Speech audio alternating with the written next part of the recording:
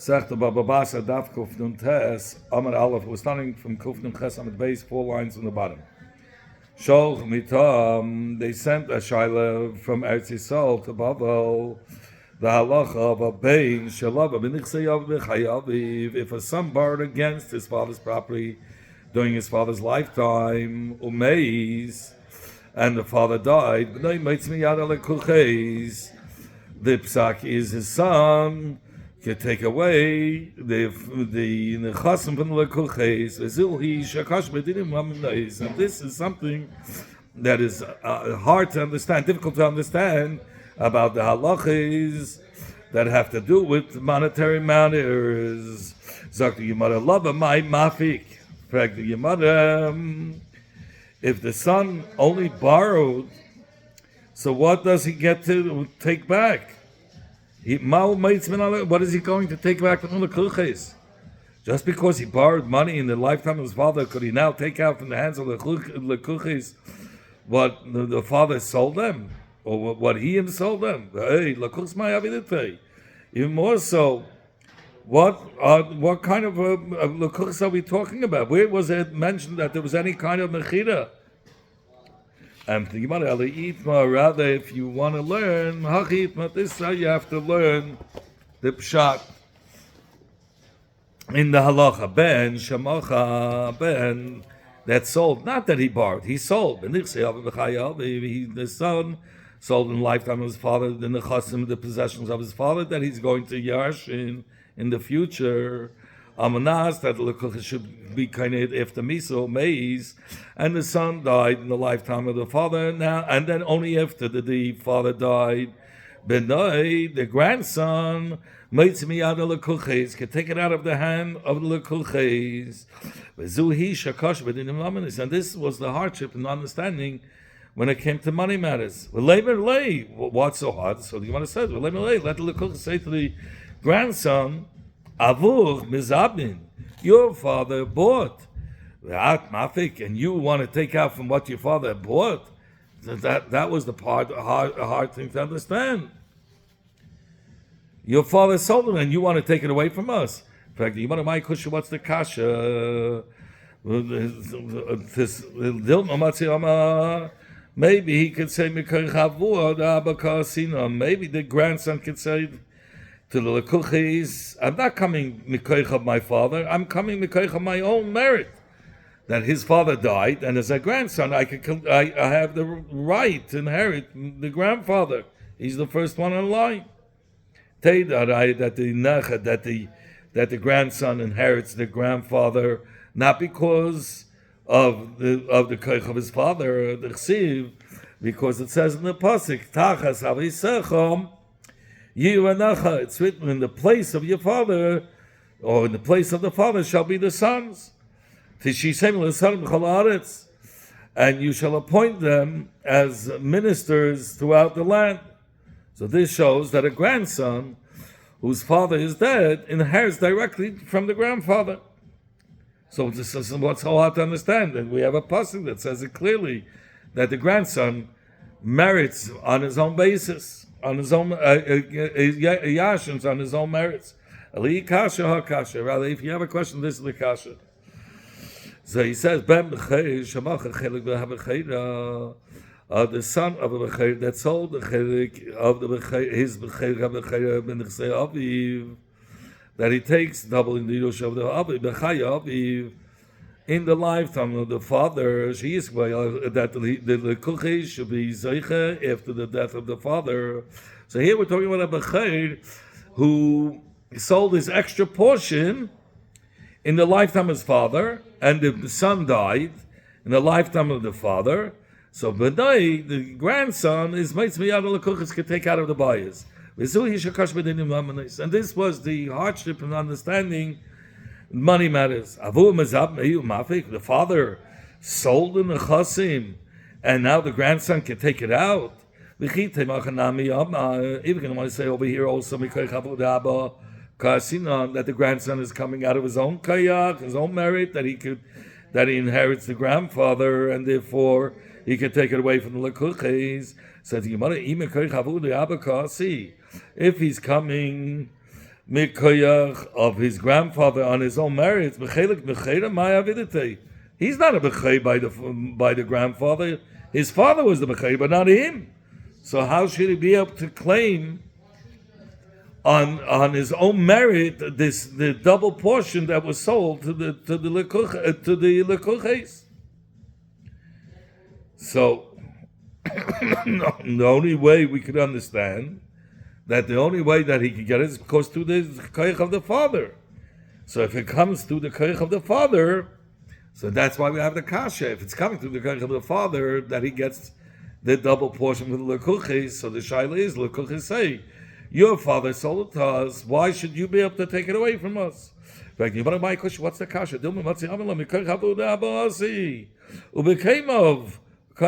Maybe he's coming. He's inheriting directly on his own merits from the grandfather. By the grandfather, he wasn't the grandson wasn't the b'chei. So we could say no, he is considered as the b'chei because he mamish takes the place of the father. So kasha, rather if you have a kasha, kasha. This is the kasha. There was a person who knew testimony of a star before he became a Gazlan, and he was signed on the document, and then Menasa Gazlan, and then he became a Gazlan. Afterwards, now he's paslei. Is who ain't made al ksav yoda. He cannot testify on his own ksav because he's puzzled. Right now he's puzzled. But others could testify about his chsima, and the star is kasha according to the edus of others. How is it possible? If he himself is not believed about his own chsima, will others be believed? Meaning, even if others testified that this is his ksav yad, how could we collect with such a star? It could be he signed on this star now, b'sheker. Now, meaning after he's a Gazlan, he signed it now. Yeah, good. Others come and testify it's his signature. How does it make it any better? He could have been, he's a Gazlan, he signed falsely. And this was the kasha that they had. They couldn't understand. In fact, my question, what's the kasha? Dilma, maybe it's talking about maybe it was already verified his ksav yad before he became a Gazlan, meaning it was known to Bezdin that for sure this chsima that was in the shtar was a chsima that happened before he became a Gazlan, while he was kosher. And others came to testify that this is his chsima. So when Eidus testified this was his chsima, and we know for a fact that the chsima happened before he became a Gazlan, that's why it's good. It's not a shverkai. So what was the kushya? What was the hardship in understanding that that they had when they sent from Eretz Yisrael to Bava? What was the shaila that they had a hardship? It says, kasha. This was the kasha that they had.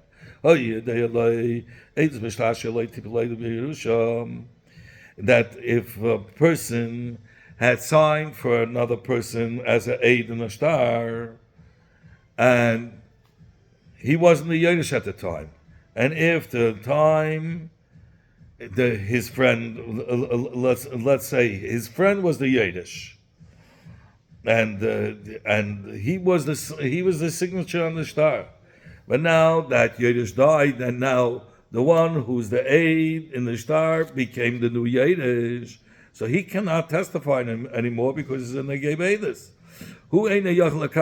He cannot verify his signature, but others could verify his signature. So, for one of my question, what's the shverakite here? So 1 minute. So the shaila is, so if he can't testify in his chsima, so because he's not believed, because he's in the Negei Beidus, how can we trust others to be Mekayim his chsima? It could be that he signed falsely. In fact, my question, what's the kasha? Maybe here also it's talking about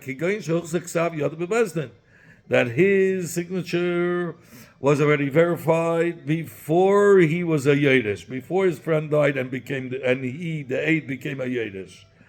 And now, after he became a Yiddish, so the only ones that can verify it is Achenim, and if they verified, it's good. So what's the Shaila? What is the Shvedekite? Says, you want to Ali Kasha or Kasha? Rather, if you had a Shvedekite, this was the Shvedekite. If he knew Eidus in the star, meaning that he signed for his friend Eidus Hacheloi Nasa Hasanai, till before he became his son-in-law. Nasa Hasanai. Now he married the person who he's testifying for. He married his daughter. And we say now he cannot testify about his signature, but others could testify. In fact,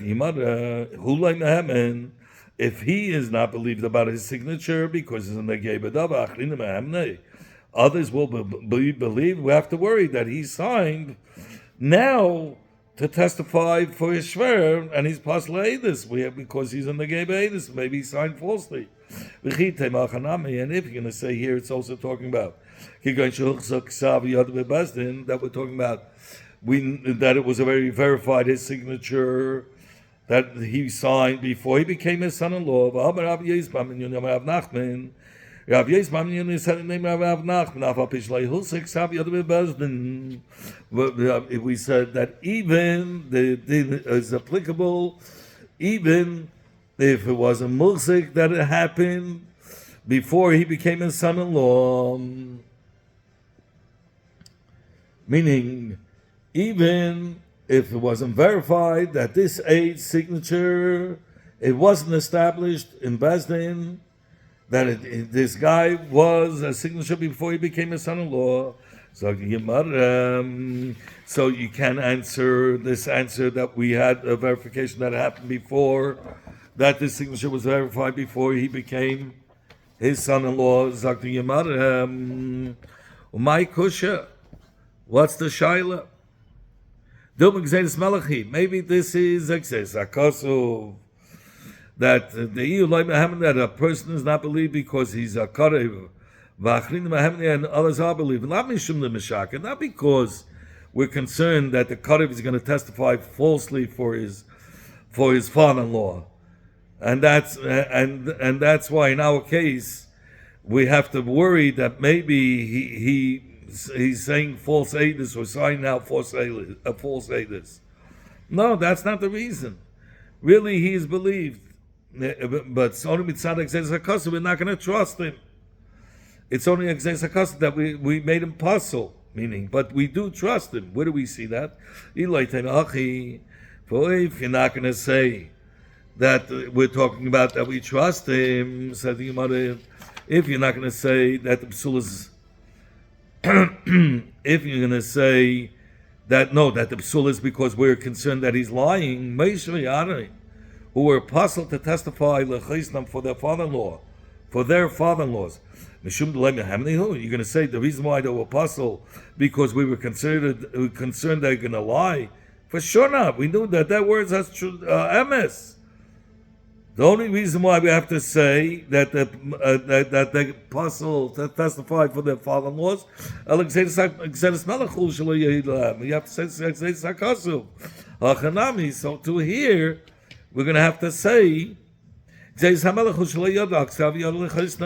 it's only but not that they're not trusted. They are trusted.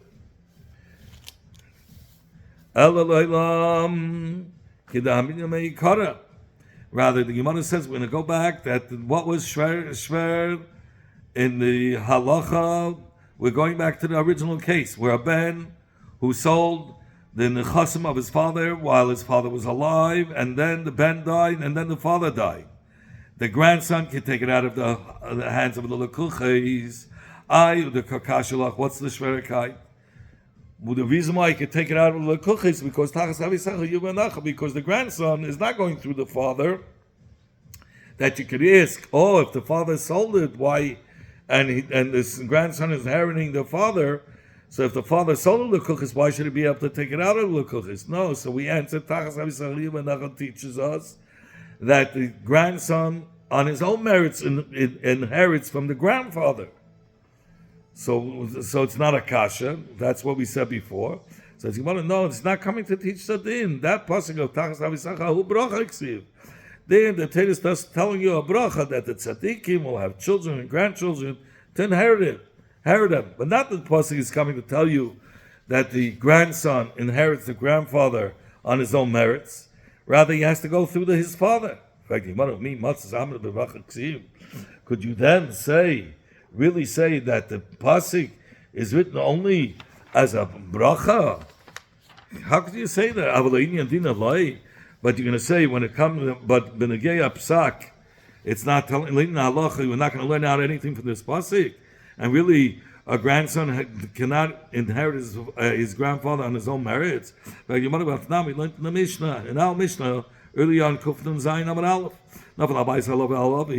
If the house fell on the father and on the son and the father, Allah al Marishav, if it fell on a person and those that had to bequeath him the Yerusha, and the son had a lien on him from the ksuba or money that he owed, the Yerushalayim of the father say, meaning we'll soon say who the Yerushalayim are, is that the ben died first and then the father died. So the Yerushalayim of the father inherit. That the father died first, and only afterwards did the son die. So if the father died first, so then the son is inheritor, so the lien takes place. So the Malchim and the Ksuba, they want to come after it. So my love, is that not the kavanah of the Mishnah? Yerusha who are the Yerusha that are tining that the Ben died first? That's going on the grandchildren of this person who died, that the house fell on him. They're the Yoshim of their grandfather. And they're saying, look, that they're the Yoshim of the grandfather, and they want it. Or Meirishav, that's mentioned in the Mishnah, Allah, it fell on him and those that he was supposed to inherit. Ache is going on the brother of Ruvain, of the one that died. Now, if it's going to enter your mind that a grandchild cannot inherit his grandfather on his own merits, the Ksiv Tachas Avisacha, and if you're going to say Tachas Avisacha is only written as a bracha, but not to tell you that a grandchild can inherit from the grandfather on his own merit. So even when the son died first and then the father died, my havi, what difference does it make? How did they get potter from paying this chayv? Name Elohim Malchayv, let the Malchayv say, Yerushavian, Avoin Kashakilna. Where the Yerusha of your father I'm taking, because you grandchildren, you're not inheritors of your grandfather on your own, only because of your father, who is now in the keva. But if your inheritance comes because of your father, so your father, we have a shibud on your father's nechasim, so they can still take the chayv, and we don't say that. So obviously, we have a right that that the grandchildren can inherit on their own merits. Says Gemara Law, you have no raya from here. Yesha'av is not referring to, we're saying Reuben and Yaakov, the house fell on Reuben the son and Yaakov the father. So who are the Yesha'av? Who's the Yesha'av of Reuben? So you can say the children of Reuben. So he says, no, we're not saying it's now the children of Reuben, rather it's the brothers of Reuben. And the same thing, Merishav, when it says the bequeathers, it's not referring to that the brothers were supposed to bequeath to him. Only who? His father's brothers were supposed to bequeath to him. But even they were Rav Sheshes. They asked the child when Rav Sheshes bein a son,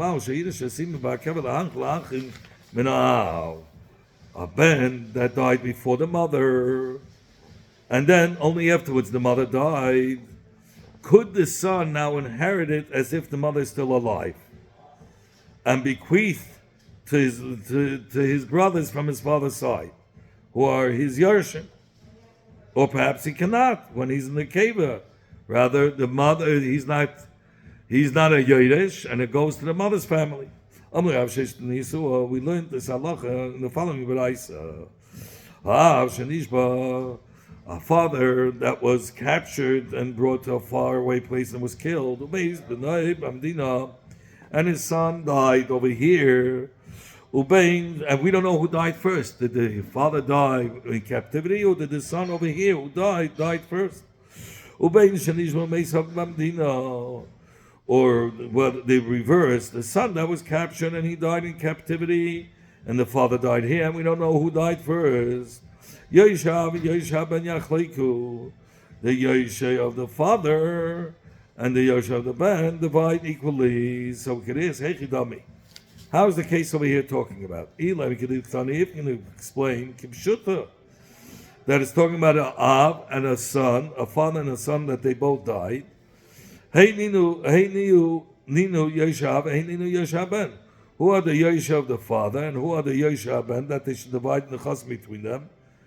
They are the same Yershim, meaning if the son has children who are supposed to inherit him, they have to also inherit the grandfather. And if he doesn't have children, so the Kravim of the father inherit the father and also the ben. So where's the division? Rather, the case is talking about like this. Of Shanishbat, the father was in captivity, Umeis, and he died, and Bambita Bamdina, Umeis Bambita Bamdina. The father was in captivity and was killed, and the grandson from the daughter's side was killed. Or the reverse, Bambita Shanishba, Umeis Avi Imoy Bamdina. Or the son was in captive, and the mother's father died here. We don't know who died first.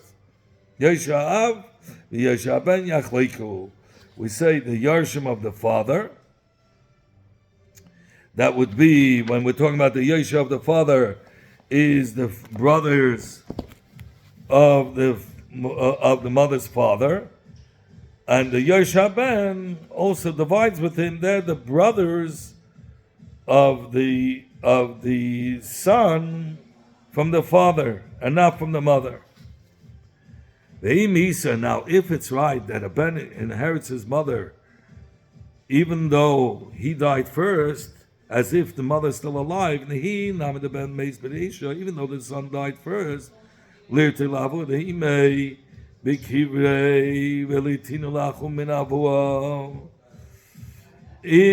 even though the son died first, but if you're going to say that he inherits even though he died first, so let the brothers of the son from the father's side, not from the mother's side, inherit it. We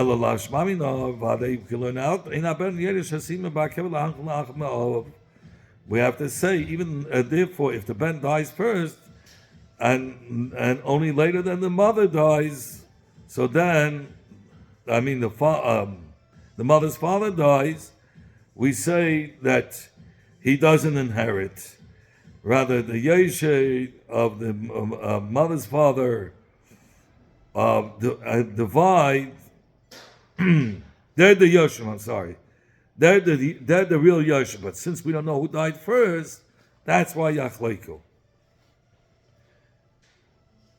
But if we would have said that the son, even if he dies first, he is the inheritor, and he inherits as if the mother's alive, then we wouldn't have this division. We would say automatically it goes to his brothers from the father's side. We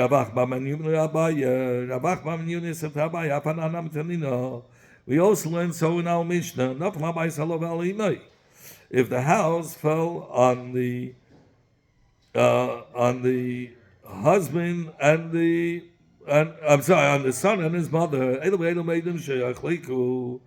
the Yosha ben, and divide with the Yosha Av, if it's right that the ben inherits his mother, even if he died first, as if she's alive. So to bequeath to his brother from his father's side, even though the son died first, let him inherit his mother as if she's alive while he is in the keva. Let him bequeath it as if he inherited to the brother from the father's side. Why does it say in the Mishnah that they should divide, the Yesh HaBen should divide it with the Yesh HaBen with the Yesh HaEm? No, rather we can learn how. That a son cannot inherit if he dies first, as if his mother's alive, to bequeath it to his brother from his father's side. Shmami knows that from there. Time am I.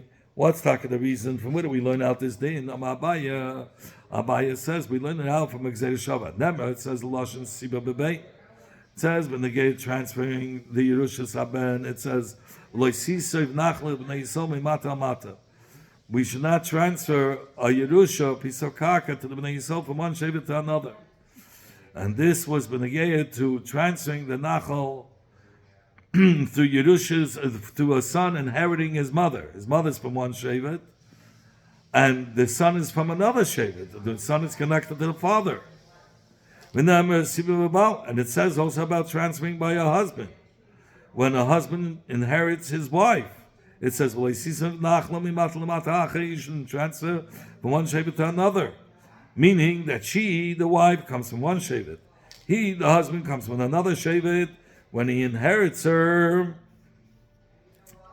when the Baal inherits her, you're transferring from one shevet to another. So we learn out from the Kseder Shavah, Siba, Yerush Zaben, we learn out that it says Siba, and from Yerush Zabal where it says Siba. Just like the transferring that's mentioned by Abal, in Abal Yerush a husband cannot inherit his wife while as if she is alive. If she died first, if he died first, he does, and then only afterwards did she die. He doesn't inherit it as if he cannot inherit it if he died first. So and transfer the Yerusha. So too, the transferring by where it says a ben, where the ben died first, and then only afterwards did the mother die. We don't say the ben is a Yerush, that the ben could now transfer to his brothers from the father's side. If he died first, you're transferring it from one shevet to another, which we learn out from Yerushas Baal. That just like over there, if the Baal died first, he doesn't get to inherit the karka, even though she died after, because you're transferring one shevet to another. So too, when a ben dies first, and then his mother, we don't say he inherited his mother to transfer it from his mother's shevet to his brothers from the father's side, meaning to the father's shevet. We don't say that. That's where we learn out that a ben is not Yerush Bekeva. There was this person who said, a story with this person who said to his friend, all the kakois that I bought from this person called Basis, I'm selling to you. And there was, the Meicher had one piece of kaka which was just called Basis, but he didn't buy it from Basis. The Meicher said to the Kohen, Allah, the Basis and me. This karka, I'm not selling to you because this karka is not from the kakois that I bought from Basisin. It's just called Bei Basisin. They came before Rav Nachman placed it in the hand of the Lakeach, and he says, yeah, even this karka that the Meicher claims that it's only called Basisin, but it's not the Basisin that he bought, is sold. It belongs to you. It belongs to Lekeach. Is that din so? It's a suffix if this karka belongs to Lekeach or not, and who is the muhsik in the karka? The Meicher. And the Lekeach is coming to take out that karka, claiming that it is Basis, and that he bought from Basisin and it belongs to me. He has to bring proof. Fragt die Mutter, Rabbi, der Rab Nachman, der Rab Nachman. Wir haben eine Stille von Rabbi und Rab Nachman. From where, who the Rabbi Chaveir? There was this person who said to his friend, my base, what are you doing in my house? I'm a lay. I bought it from you. And I'm here 3 years in this karka, even though I don't have the star, I have a chazaka. I'm a lay. What are you talking about chazaka? I lived in the inner chadarim, and I used to pass by through the house that you claim that you have a chazaka. So your chazaka, and that's why I wasn't meicha. I always passed by. So your chazaka is worthless.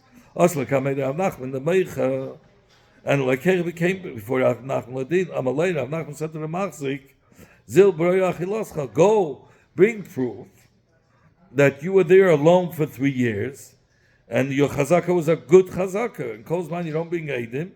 The karka remains in the original owner's ishus, and you're not believed to say that you have a chazaka and it's yours. Amalei Rav Nachman. Dina hachi, Rabbi said to Rav Nachman, is taken the din so. Since now, who's the machzik? The lekeach, he has a chazaka of 3 years.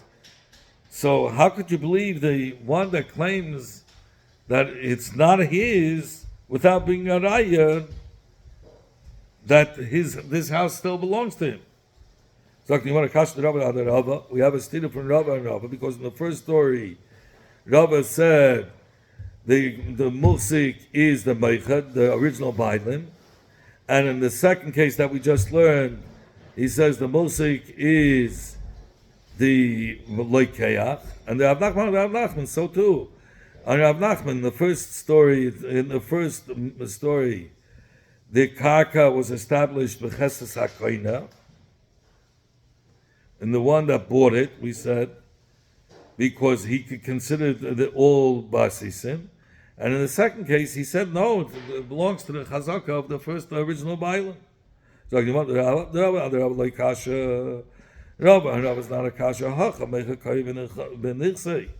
here, by the nixi basis in the first story, the meichestan is sitting on the chosim. He's a musik. So all the kakois are in his hands. So the other one is the meitzi mechabei olavaraya. Hasam, but in the second case, lekeach kaimenechse. Who's standing on the kaka now? The lekeach. He's the one that's standing there. Was there for 3 years, not the original bailam. So the original bailam are the meitzi mechabei. And therefore, the original bailam are the ones that have to bring rayas. Rav Nachman loikasha. Over here, since the Meicham said to Lekeach that he's selling him all the Nichsibasisim, and this kaka is called Beibasisim, but it's not the ones that he bought. So it looks like he did really buy it from Basisim. Since the Meicha said to Lekeach, he's selling him all the nechasim of basisim, and this kaka is called basisim, we have to assume that he sold him this field which is called basisim. So it's upon the meicha to prove that this kaka is not from the kaka that he bought from basisim. Awesome, but by the case of the house, the second case,